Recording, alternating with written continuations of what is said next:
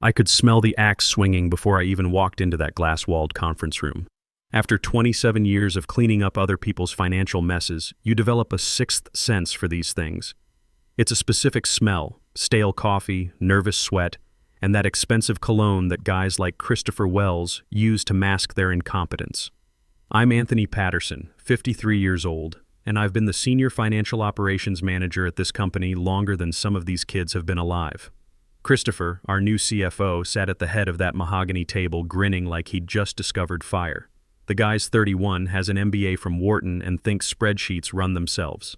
"Take a seat, Tony," he said, not even looking up from his phone, probably checking crypto prices while the company burned around him.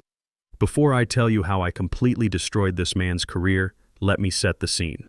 Christopher Wells, MBA golden boy whose understanding of real corporate finance was about as deep as a puddle. He wore suits that cost more than my first car and had that dead-eyed stare of someone who'd never actually solved a real problem. I sat down. The leather chair let out a tired sigh that matched my mood perfectly.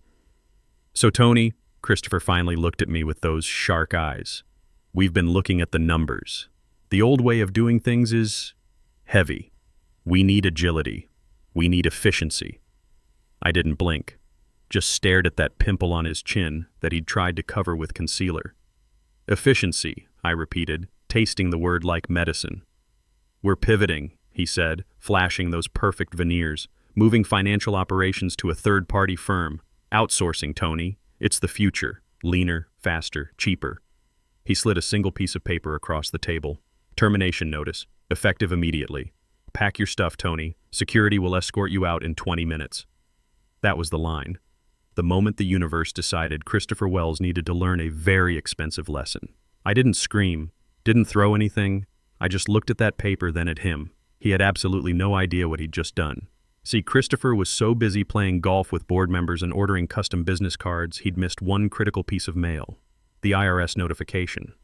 A full forensic audit covering 7 years of operations. A $480 million inquiry scheduled for next Tuesday. I was the primary contact. I was the gatekeeper. I was the only person in this concrete box who knew where all the financial landmines were buried. "Is that all?" I asked. My voice was steady, flat.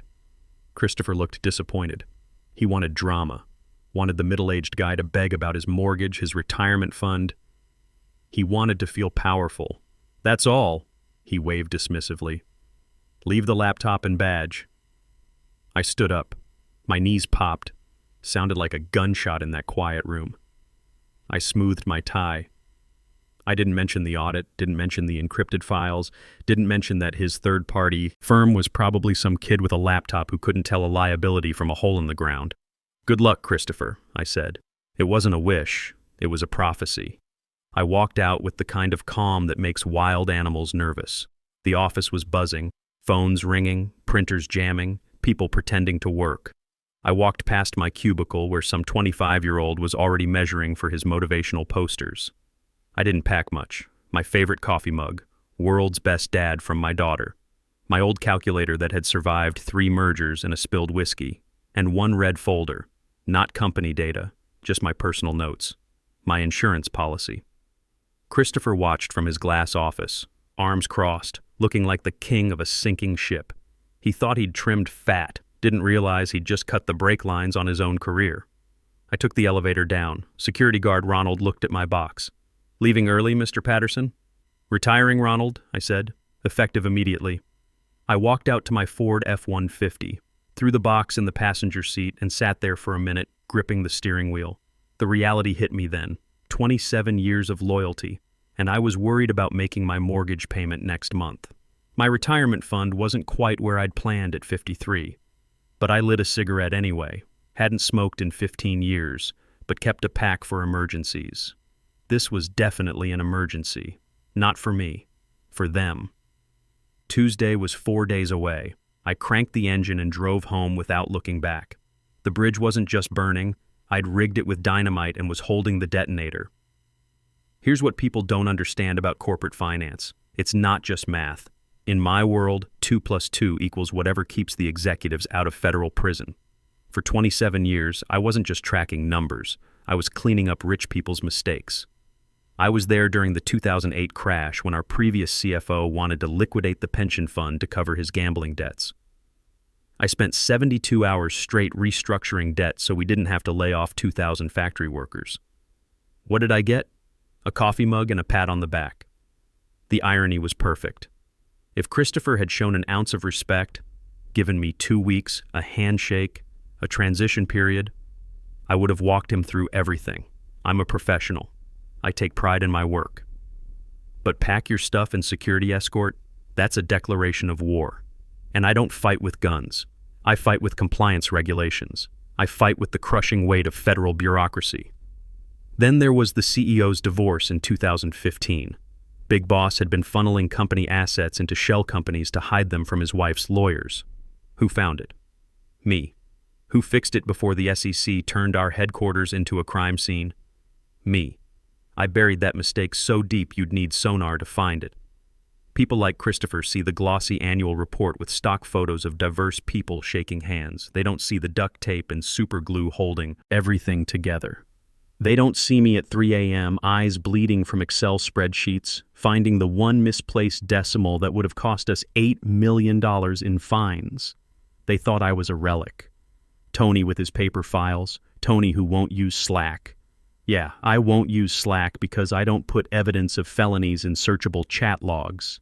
I kept paper because paper can be shredded. Paper doesn't leave digital trails. I drove home with the windows down. My house sits on a 1/4 acre with a garden that's mostly thorny roses and aggressive shrubs.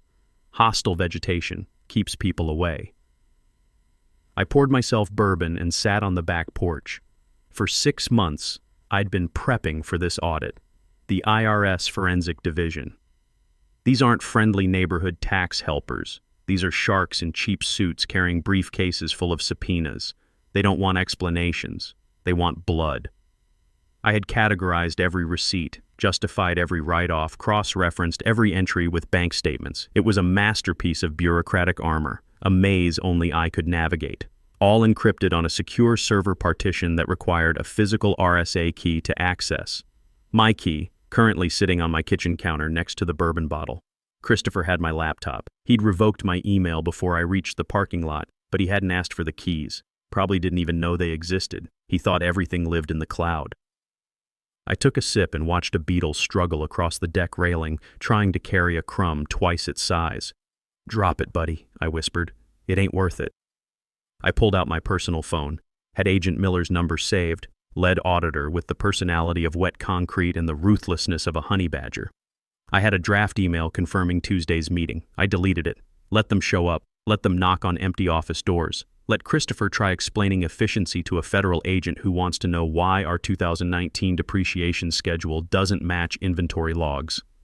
According to Barbara from payroll, she's my eyes and ears inside, about an hour after I left, the replacement team arrived. Picture this.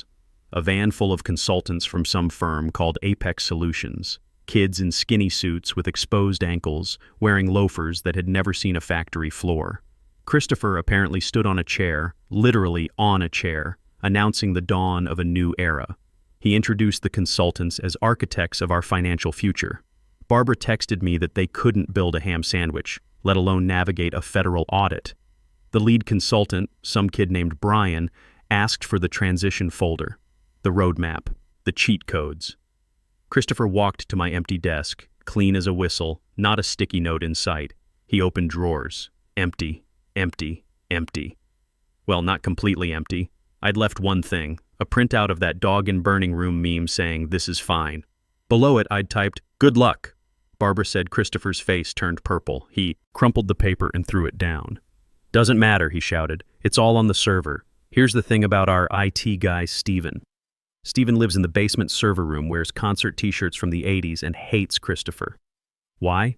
Because Christopher cut the IT budget by 40% last month to pay for new espresso machines in the executive lounge. When Christopher demanded access to my files, Steven probably took a slow sip of Mountain Dew and said, "Ticket submitted. 24 to 48 hour turnaround." But even if Steven cooperated, it wouldn't matter. The files they needed were in the Z drive, a partitioned, encrypted sector I'd set up 5 years ago. Military-grade security requiring a 24-character password and physical token key. The password was in my head. The token key was on my kitchen counter. The architects spent the afternoon staring at folders they couldn't open. Access denied. Contact administrator. They were locked out of the castle, and the dragon had flown away. I spent Friday night doing something I hadn't done in years. Relaxing. Made a real dinner, watched a documentary about serial killers. My phone buzzed a few times. Calls from the office. Text from Christopher. Tony, we need the Z Drive password. Urgent. I looked at the text, took a bite of steak, and blocked the number. Then another text from an unknown number. Hi, Tony. Excited to pick up where you left off? Quick question about encryption protocols? Blocked. I wasn't ghosting them.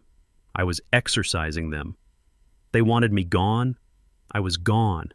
I was a phantom. A whisper in the vent saying, "You shouldn't have done that." Saturday and Sunday passed like slow honey. I was in the garage by 7 a.m. Saturday working on my '67 Mustang. There's something therapeutic about rebuilding an engine. You have to be methodical, patient. Every piece has its place.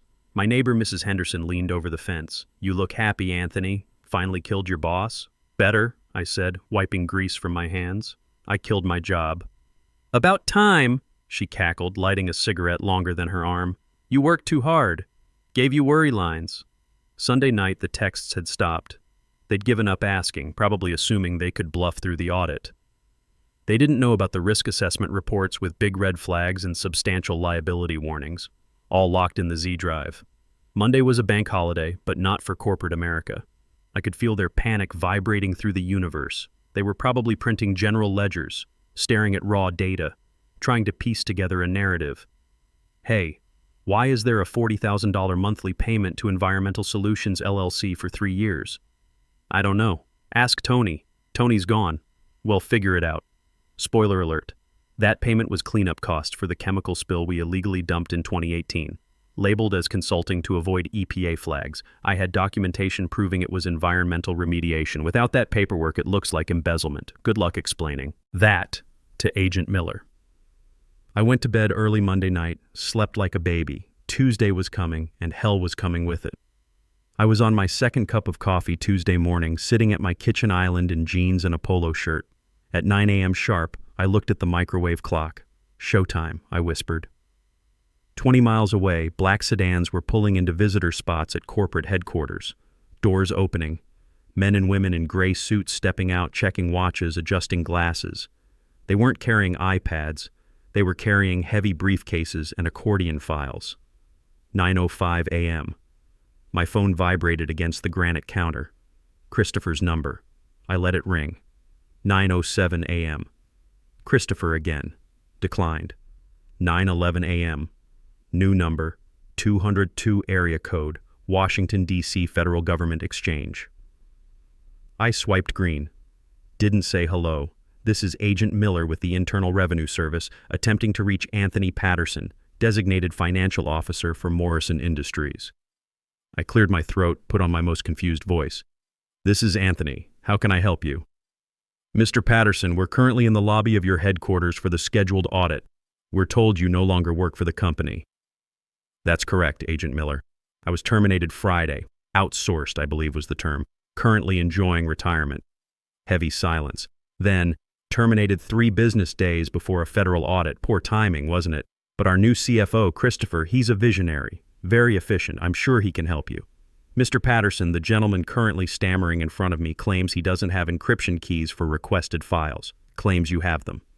Oh goodness, no. I left all company property, but the encryption keys for the Z Drive, that's a secure partition. Couldn't just leave those lying around. Security violation. They're safely in my possession, awaiting proper handover protocol, which sadly never happened since I was escorted out in 20 minutes. I see.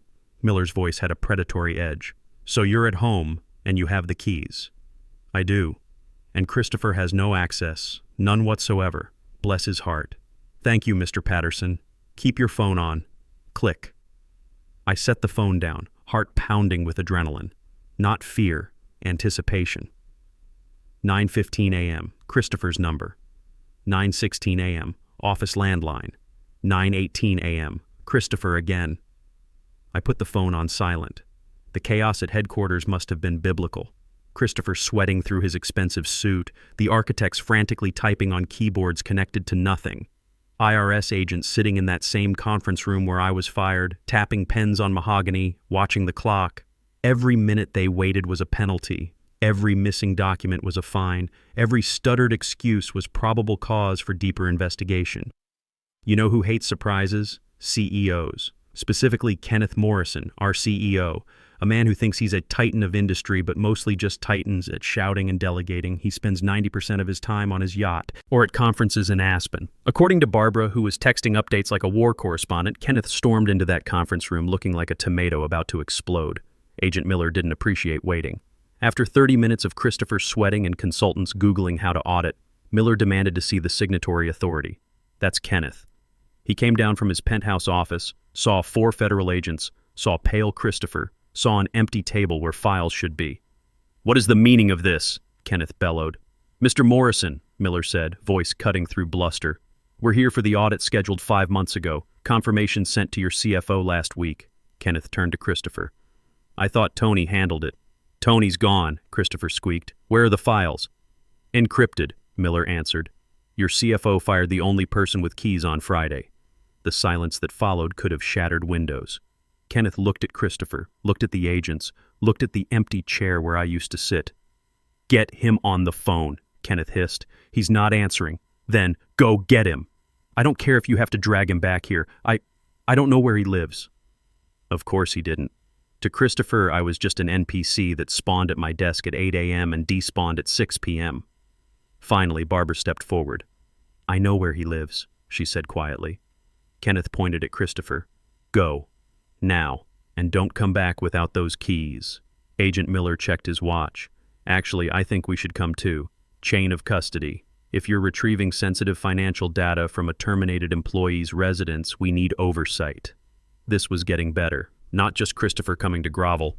A full parade. Barbara texted, "Incoming. Christopher, Kenneth, and the feds. ETA 20 minutes. Good luck." I read the text, stood up, and walked to the bathroom mirror, fixed my hair, straightened my polo shirt. They were coming to my territory now. No glass walls, no corporate bylaws, just me, my bourbon, and the absolute truth. I went to the fridge, got out the good cheese, put the kettle on. Not for them, for me. I was going to enjoy this show with proper refreshments. My driveway isn't designed for convoys. It's meant for one truck, maybe a guest if they park on grass. So when the circus arrived, it was a spectacle. First came Christopher's BMW squealing around the corner like he was in Fast and Furious, except sadder. Then Kenneth's massive Mercedes taking up the entire street. Finally, the IRS sedan, parking legally and respectfully. I watched through blinds. Mrs. Henderson was already on her porch with binoculars, cigarette dangling. She gave me a thumbs up.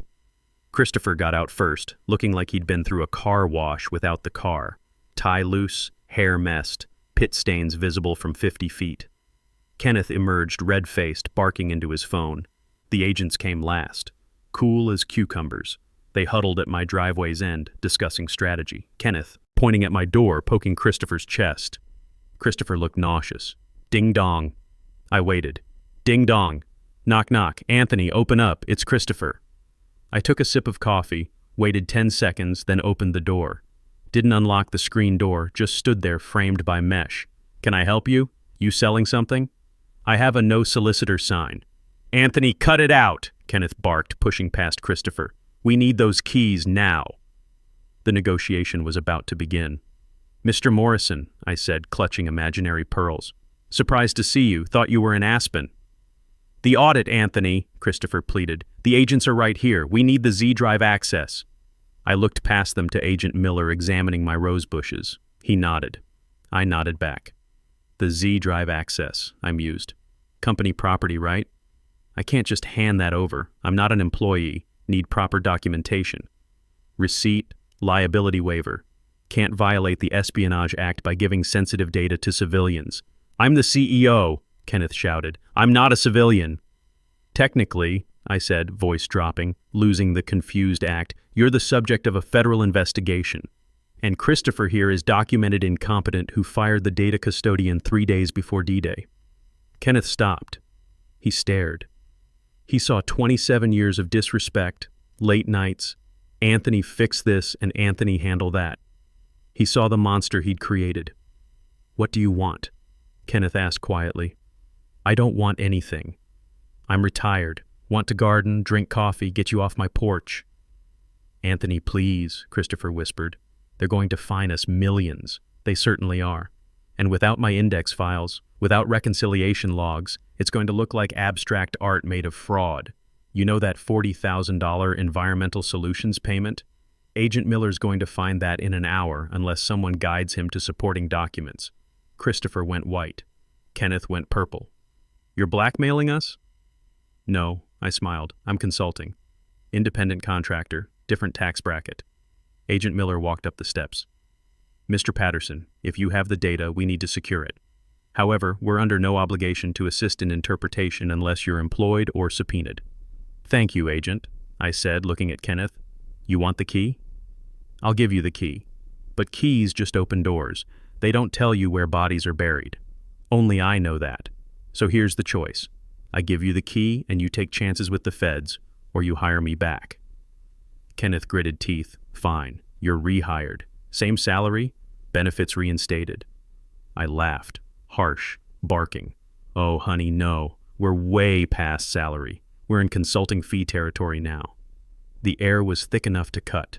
Birds stopped singing. Even Mrs. Henderson put down binoculars. "Consulting fees," Kenneth repeated like sour medicine. "How much?" I leaned against the door frame.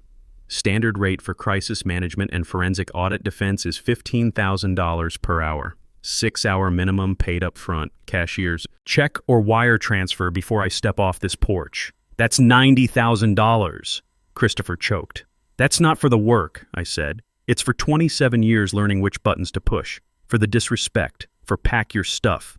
For efficiency. It's an idiot tax, Mr. Morrison, and you're in a high bracket." Agent Miller tried not to smile, checked his watch. "We need to return to the office, gentlemen. Clock's ticking." Kenneth looked at Miller, at Christopher, at me. Did the math. $90,000 versus $480 million audit plus fines plus jail time. "Fine," Kenneth spat, pulling out his phone. "Wire it." I waited for confirmation. There it was. Pending deposit, $90,000. "Give me 5 minutes to change clothes," I said.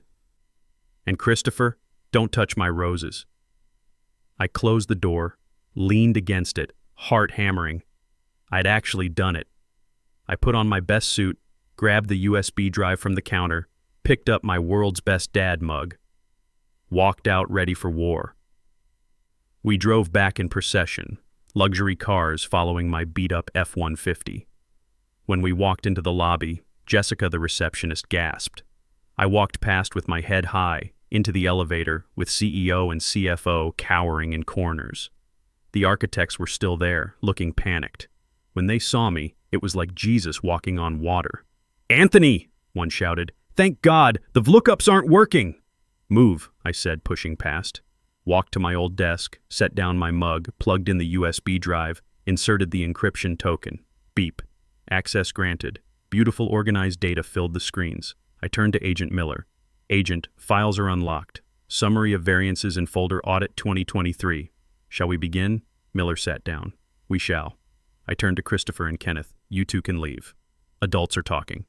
The audit took 3 days. 3 days of me sitting in that conference room, walking Agent Miller through our financial labyrinth. I explained environmental payments, justified write-offs, showed paper trails proving the CEO's shell company had been dissolved and taxed appropriately. End of day 3, Agent Miller closed his folder. "Well, Mr. Patterson, everything seems in order. Documentation is exhaustive." "I try," I said. "We'll issue a no-change letter. No fines, no penalties." Christopher, hovering by the door like bad cologne, nearly collapsed. "Thank God." "See? Efficiency." Miller looked at Christopher. "Son, the only reason you're not being let out in handcuffs for gross negligence is because this man built bulletproof vests out of spreadsheets and wrapped you in one. You should thank him on your knees." Christopher opened his mouth, but Kenneth cut him off. Kenneth had been watching, seeing the difference between a disruptor and a professional. "Christopher," Kenneth said quietly, "pack your stuff." The room went silent. "What?" Christopher whispered. "You're fired. Leave the badge." Christopher left crying. It was ugly. I didn't watch. Too busy calculating my final invoice. Kenneth turned to me. "Anthony, come back. CFO position, triple your old salary." I looked at him, at the office, at the gray walls and fluorescent lights where I'd spent 27 years. "No," I said. Kenneth blinked. "Quadruple." "It's not about money, Kenneth. I'm done being the janitor for your mistakes. I'm a consultant now. You need me? You have my rate. $15,000 per hour." I unplugged my USB drive, picked up my mug. "See you around, Kenneth. Try not to commit any felonies." I walked out for the last time. That was 3 months ago. I didn't take another job. I took that $90,000, added it to my savings, bought a new fishing boat, started a consulting firm called The Fixer. I help small businesses survive audits. Work 10 hours a week, charge a fortune. I heard Morrison Industries is struggling. The replacement architect screwed up payroll last month. Kenneth calls every week. I let it go to voicemail. Sometimes Tuesday mornings I sit on my deck with coffee, watching the world go by, thinking about Christopher. Last I heard, he's trying to become a cryptocurrency influencer on TikTok. I worked on my Mustang yesterday. Engine's purring like a kitten now. Mrs. Henderson asked if I missed the office. "Mrs. Henderson," I said, taking a sip of bourbon at 11 a.m., "I don't miss the circus, but I sure love watching the clowns fall down. That's how I turned a termination notice into a retirement fund and destroyed a CFO with a USB stick. Don't mess with the guy who knows the passwords. And never, ever ask a 27-year veteran to pack his stuff, because he might just take the whole operation with him." Thanks for listening, corporate warriors. Hit that subscribe button. Unless you're Christopher, then you're on your own.